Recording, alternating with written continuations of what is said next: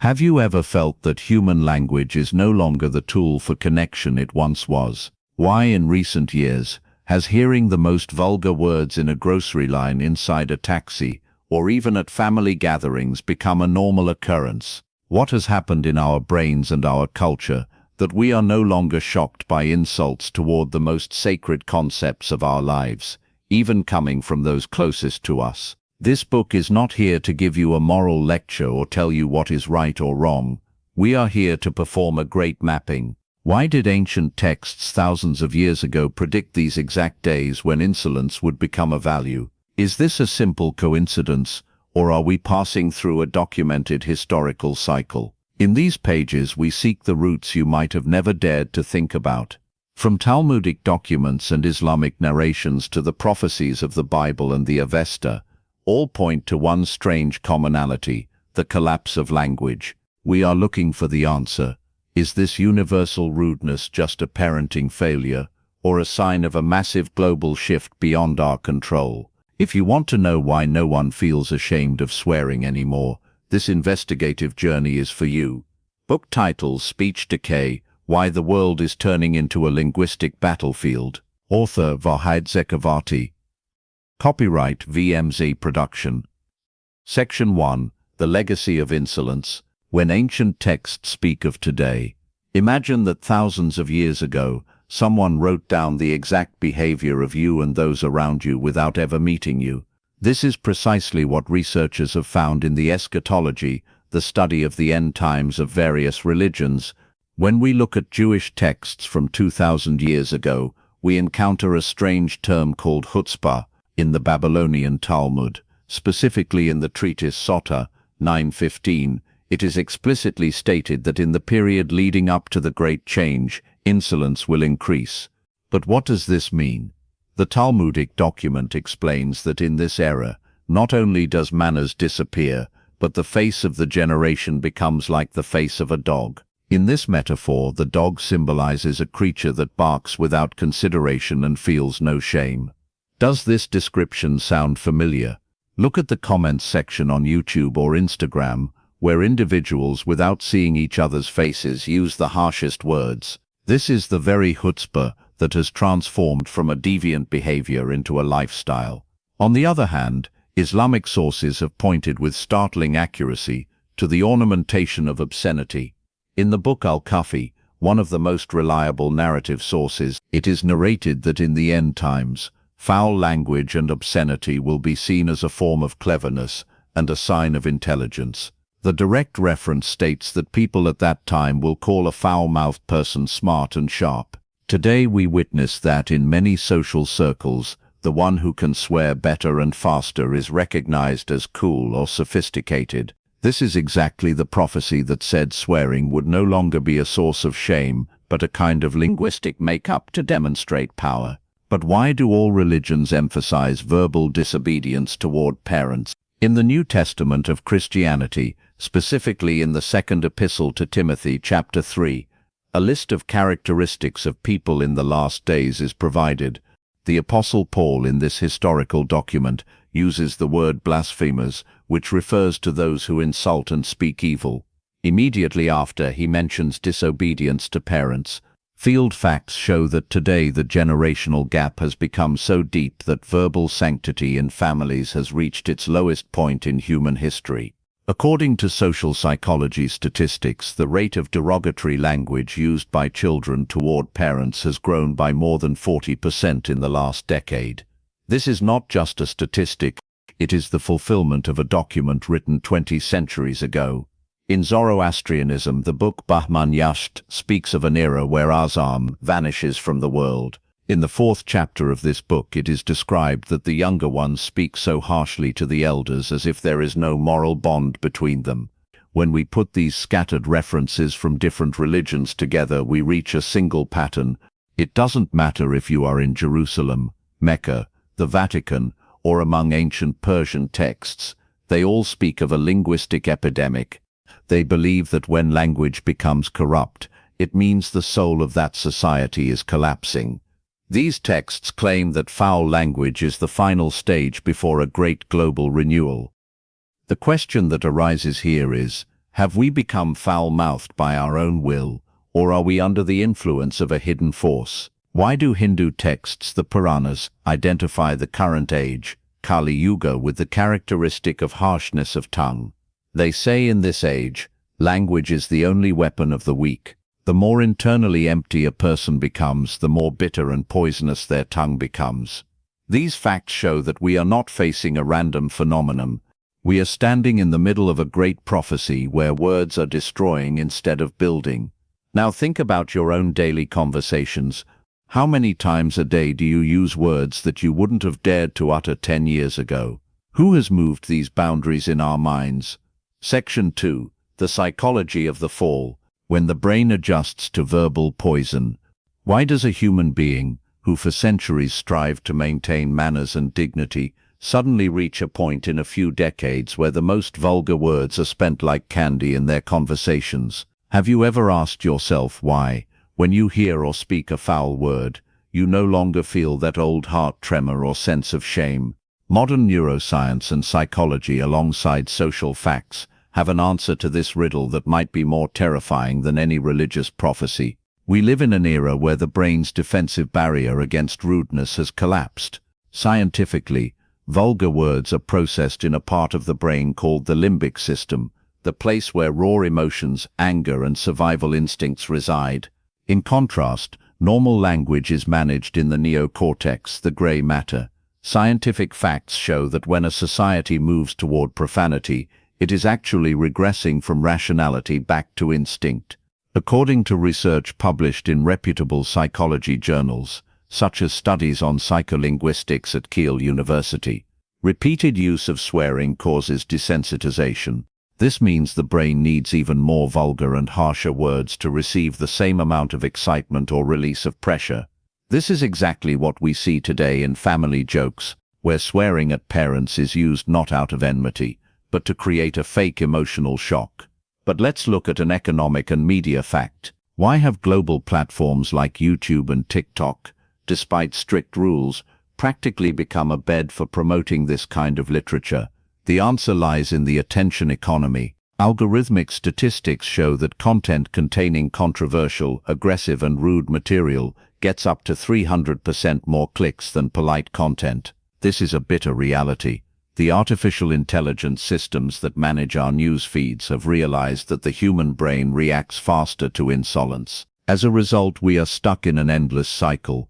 The media republishes rudeness because it is profitable, and our brains normalize it because we are constantly exposed to it. Here we must mention a controversial concept: the reverse engineering of modesty.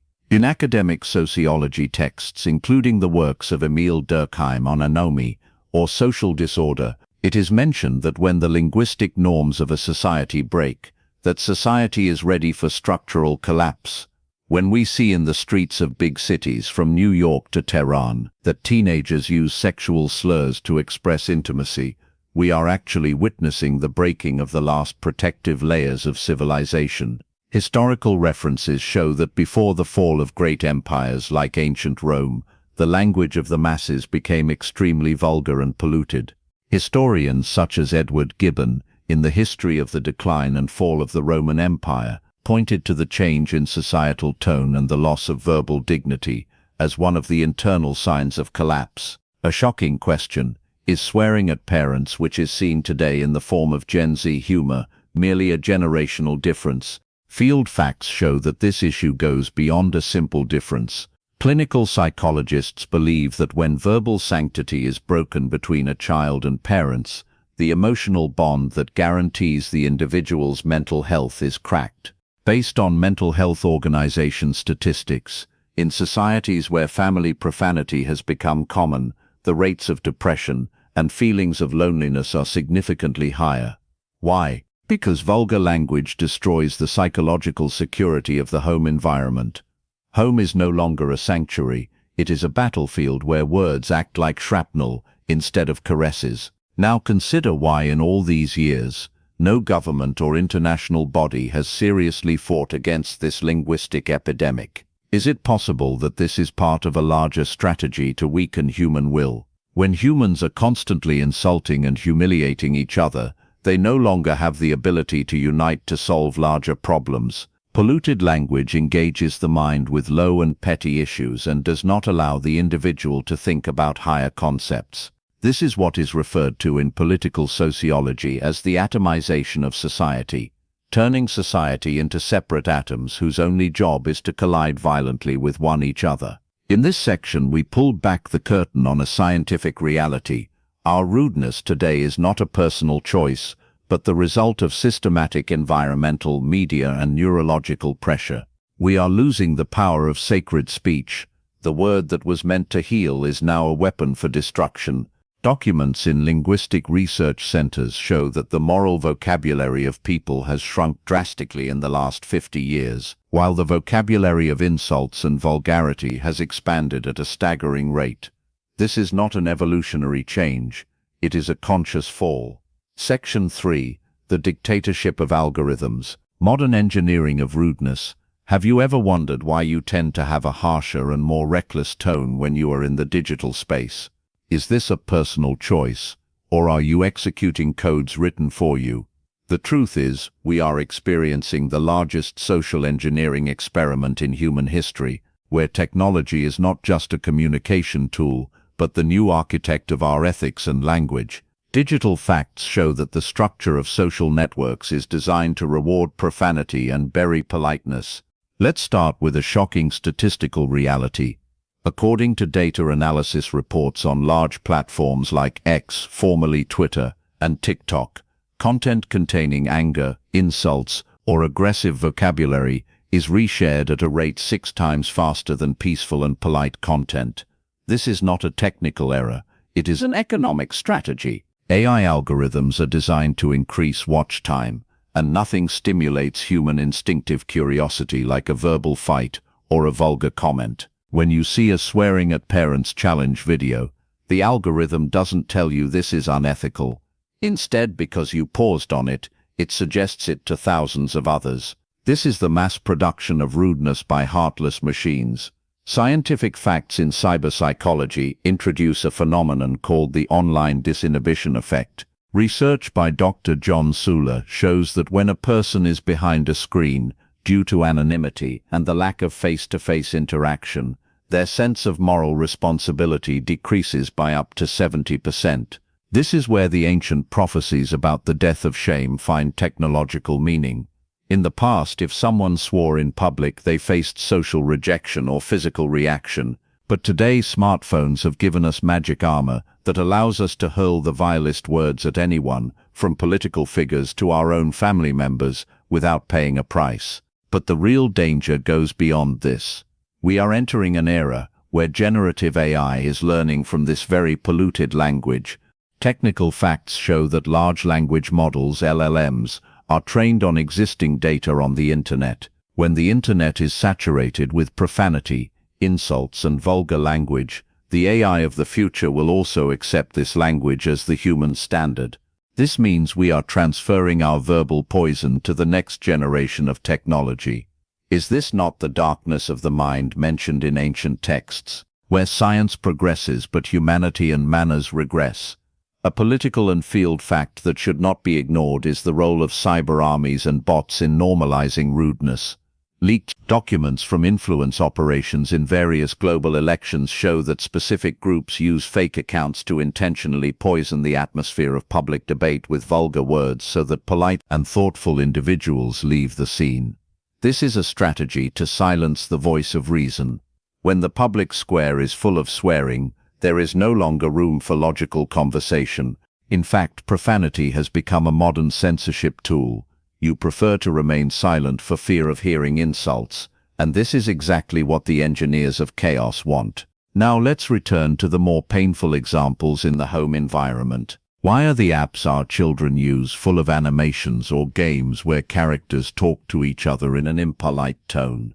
Research from Common Sense Media shows that children's exposure to vulgar language in digital media has increased by 200% compared to 2 decades ago. The result of this exposure is a change in the verbal structure of the new generation. For a child growing up in the TikTok space, swearing at a mother or father is not a major sin but a meme or a passing joke. This is the inversion of values mentioned in Zoroastrian and Jewish texts as the final sign of decadence. We saw in this section how technology has extracted our base instincts and fed them back to us as culture. We are no longer facing foul-mouthed individuals. We are facing a foul-mouthed system that feeds on our insults. Every like you give to a video containing insults is in fact a vote for the destruction of manners in the future world. Statistical facts show that societies with the highest rates of profanity in the digital space have the lowest levels of social empathy in the real world. The big question is, are we becoming those savage and undisciplined creatures described in the Epistle to Timothy, or can we take control of our minds and speech before the algorithms completely rewrite our language? The bitter truth is that technology has paved the way for moral fall, but we are the ones walking this path. Conclusion: awakening at the brink. Is there a way back? Are we at the end of the road, or at the beginning of a new understanding? After reviewing all these historical documents, religious narrations, scientific facts, and algorithmic engineering, we have reached a point where we can no longer close our eyes to reality. We stand in the middle of a linguistic storm, whose goal is something beyond breaking a few simple grammatical structures. The goal of this storm is the destruction of the last bastions of human connection, respect and modesty. But the big question is, when all the signs point to an inevitable collapse, what is our role as an informed observer? We must face a shocking fact. History has proven that no civilization has survived with a polluted language.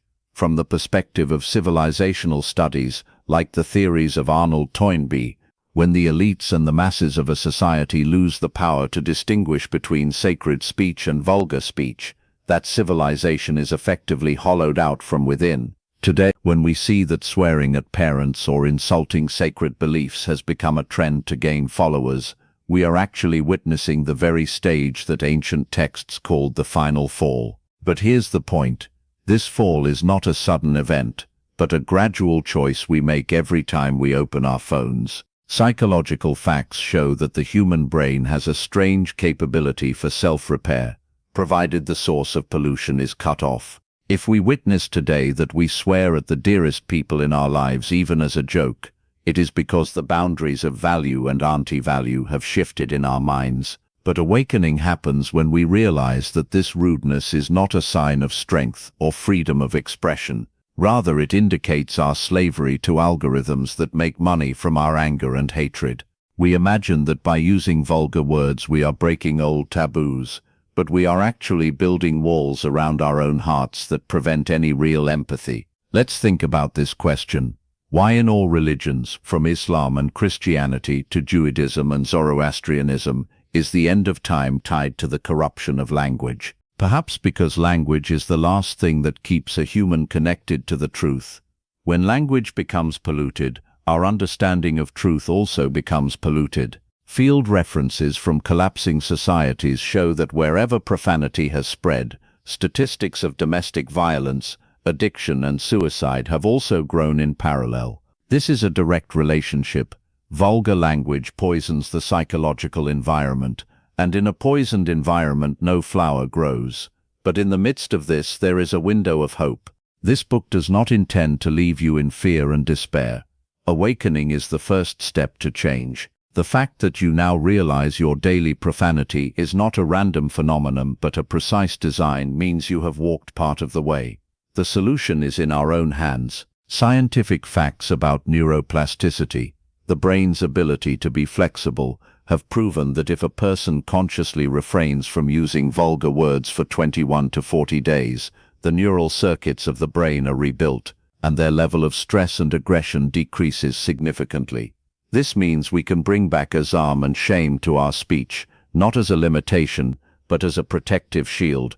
Can we be the ones who, in a world where everyone is shouting and insulting, disrupt the system's order with conscious silence or respectful speech? If ancient texts spoke of difficult times, those same texts always referred to a group that stands against the wave of darkness, those who do not turn their language into a tool for destruction.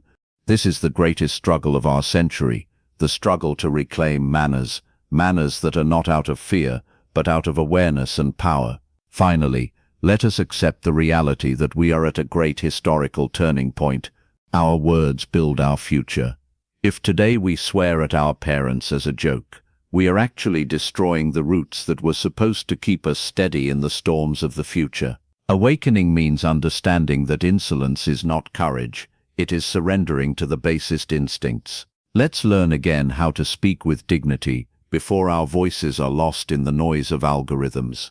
This might be our last chance to remain human in the age of machines. The future is not in the hands of technology, but in the hands of those who still know what a wonderful power the word has to heal or to destroy. The choice is yours. Be part of the pollution or part of the solution.